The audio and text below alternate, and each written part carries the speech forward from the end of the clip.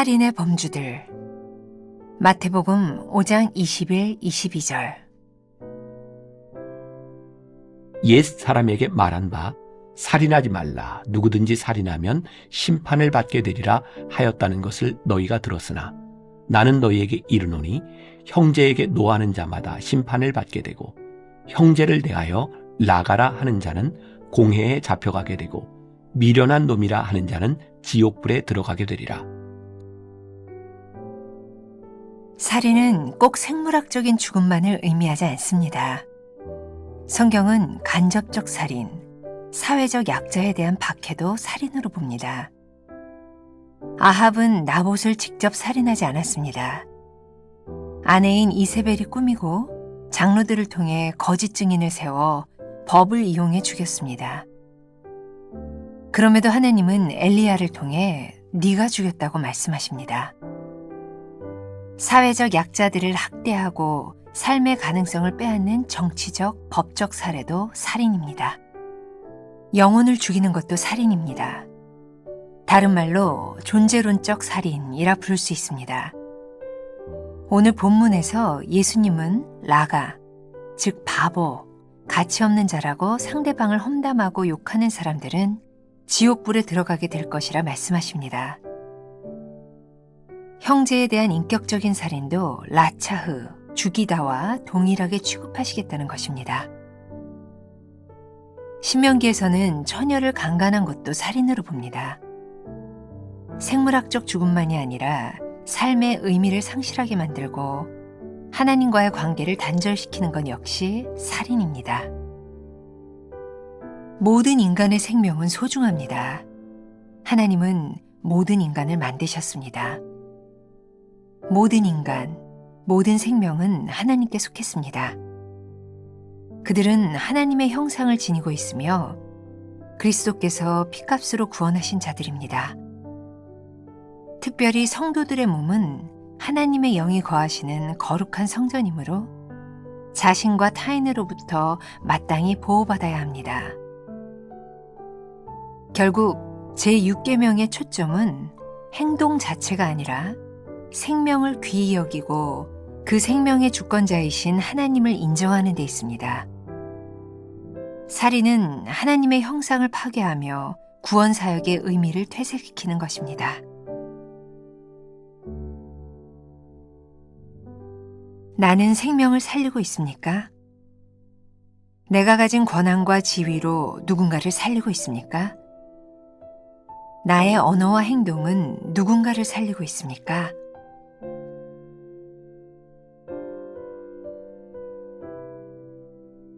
오늘은 2월 1일입니다. 살인의 범주들, 이런 제목으로 함께 말씀을 나누어 보겠습니다. 여러분들 지금 계속해서 10계명 말씀을 가지고 함께 아침 묵상을 하고 있는 거 알고 계시죠? 제가 여러분들에게 이 10계명을 좀 쉽게 외우는 방법으로 첫 자를 따서 이렇게 외워보자 했는데 기억하시나요? 신우이 안부 살간도 증탐, 이런 식으로 한번 외워볼 수도 있을 것 같아요. 신우이 안부를 한번 묻고 신우이 안부 살간도 증탐. 우리가 평생 예수 믿는데 10계명 정도는 좀 외우고 가도 좋을 것 같습니다. 그런데 우리들이 10계명을 우리들이 함께 공부하는데 조금 다른 방식으로 공부한다고 이야기했는데 기억하시나요? 대개 1계명부터 이렇게 10계명까지 쭉 공부를 하지만 우리는 10계명부터 시작해서 1계명을 향해 가고 있습니다. 이유도 제가 말씀드렸죠. 사실 10계명 중에 첫 번째 계명인 신, 나 외에 다른 신을 두지 말라, 이 부분에서만 우리들이 분명히 하나님을 하나님으로 인정한다면 사실 다른 계명들은 자연적으로 지켜지게 되겠죠. 그러니까 이 계명을 가만히 보면 마지막 계명에서부터 계속해서 첫 번째 계명을 향해 가고 있어요. 제가 이 부분에 관한 것은 살아내는 약속이라는 책에서 자세히 기록하고 있으니까 여러분들이 관심 있는 분들은 살아내는 약속을 보면 도움이 될 것 같습니다. 자, 살인에 대한 이야기를 함께 해보죠. 이 성경에서 이야기하고 있는 이 살인이라고 하는 것은 꼭 생물학적인 죽음, 우리들이 누구를 직접 죽이는 이것만을 이야기하는 것 같지는 않아요. 다시 말해서 성경은 간접적인 살인 혹은 사회적인 약자에 대한 박해, 이것도 살인으로 보고 있다는 것이죠. 우리들이 직접 살인을 하지 않지만 그 사람을 죽음으로 내모는 그 일들도 살인이라고 말씀하고 있는 거예요. 그러니까 지금의 법적인 테두리에 의해서 보면 우리가 그 일로 인해서 법적인 그런 형을 받지는 않겠지만 성경은 훨씬 더 광범위한 의미에서 이 살인에 대한 문제를 다루고 있는 것이죠. 예를 들어서 우리가 잘 알고 있는 아합은 나봇이라고 하는 사람의 포도원을 갈취하기 위해서 했던 행동들이 있습니다.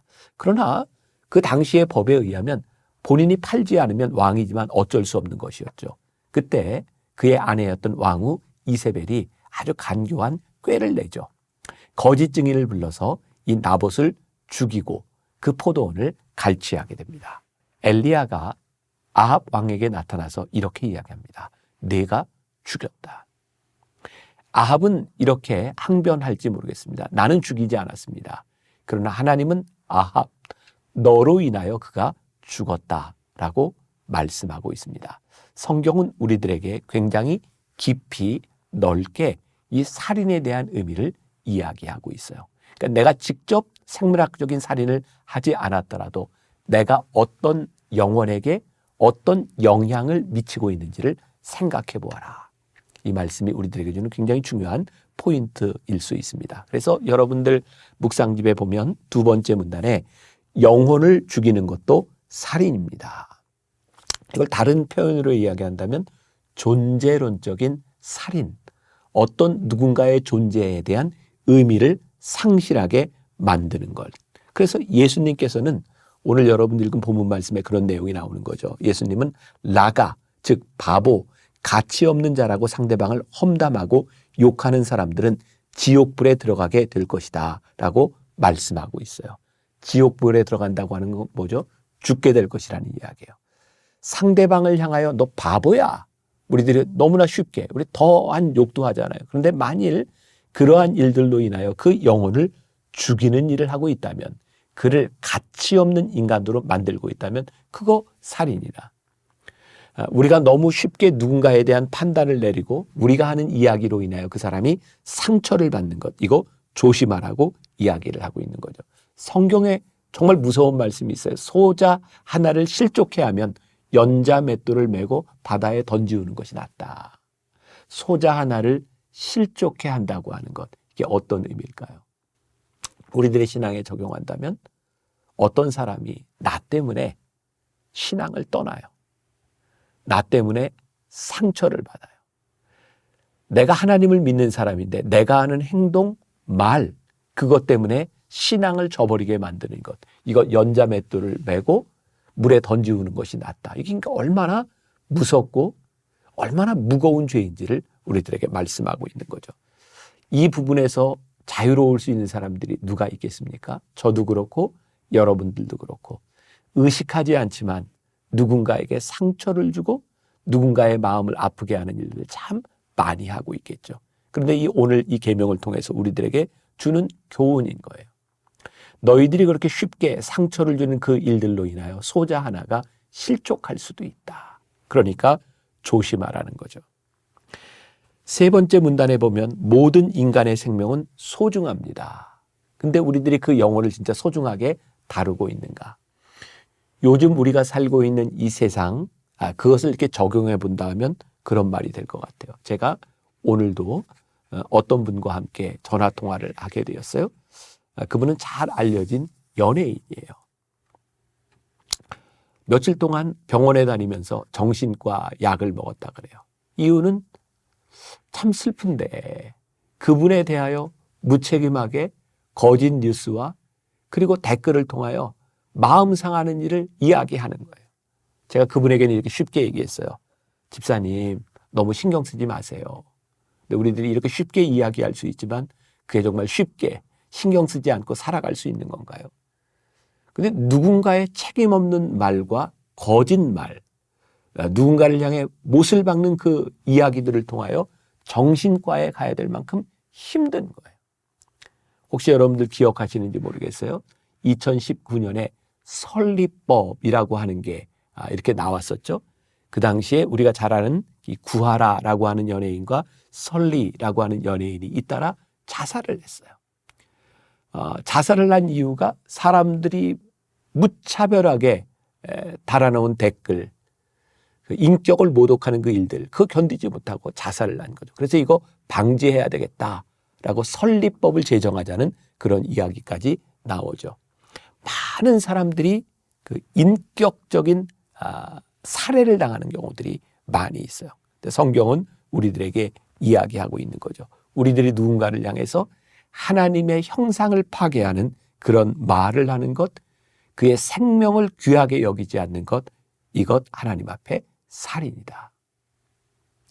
우리가 함께 살아가는 그 사람들의 생명, 우리들이 만나는 그 사람들을 하나님의 형상이라고 생각하고 하나님이 창조하신 사람이라고 생각할 때 우리들이 그렇게 쉽게 누군가를 향해서 무책임한 말을 할 수 있을까? 기독교 역사를 통해 보면 예수님 당시 그 로마가 그 당시 로마와 이스라엘 그 지역을 다스리고 있을 때 흔히 그 로마를 가리켜서 팍스 로마나라는 말을 냈어요. 평화를 구가하던 때입니다. 그런데 그 로마 시대에 참 이게 생각할 수 없는 일이죠. 고아, 세상에 태어나서 살 가치가 없다고 생각하는 사람, 장애를 가진 사람 쉽게 죽이고 버렸어요. 그 당시에 크리스찬들이 예수님을 믿던 사람들이 당시 로마를 향해 사람들을 향해 이렇게 호소하는 글들이 있어요. 제발 그 아이를 죽이지 말고 우리에게 주세요. 우리가 키우겠습니다. 당시 로마의 사람들, 모든 사람들이 팍스 로마나 평화로운 로마를 꿈꾸고 평화로운 세상을 살아가며 이 평화에 방해가 되는 사람은 죽일 수 있다고 생각했고 그리고 쉽게 죽이고 쉽게 버렸어요. 그럼 히틀러 아시죠? 히틀러가 정권을 잡고 그들이 소위 말하는 그 게르만족 속에 우수한 그런 혈통들을 보존하기 위해서 그들은 아무 죄책감이 없이 장애인들을 죽였어요. 하나님의 형상, 하나님이 만드신 그 피조물들을 우리의 기준으로 그 사람들을 죽이는 것. 우리들이 지금도 이렇게 엄청난 이 무서운 죄를 범할 수 있다는 거예요. 그 사람 속에 있는 하나님의 형상이 보이지 아니하고 우리들 눈에 보이는 가치와 기준을 가지고 누군가를 판단할 때 우리는 살인자가 될 수 있다는 거예요. 무서운 이야기죠. 섬뜩한 이야기이기도 합니다. 오늘 이 말씀, 살인의 범주들이 단순히 생물학적인 살인이 아니라 우리들 주변에 그 나를 통해서도 얼마든지 이 무서운 일이 일어날 수 있다고 하는 이 경각심을 가지고 우리들이 살아간다면 오늘 우리가 만나는 사람, 우리들이 대하는 사람들에게 조금 더 다르게 하나님의 형상을 가진 사람들에게 조금 더 친절하게 대할 수 있지 않을까요? 오늘 이 계명이 여러분들의 삶에 새로운 행동을 만들어내는 그런 하루가 되었으면 좋겠습니다. 기도하겠습니다. 살인하지 말라고 하는 이 계명이 얼마나 무서운 것인지를 우리들이 깨닫습니다.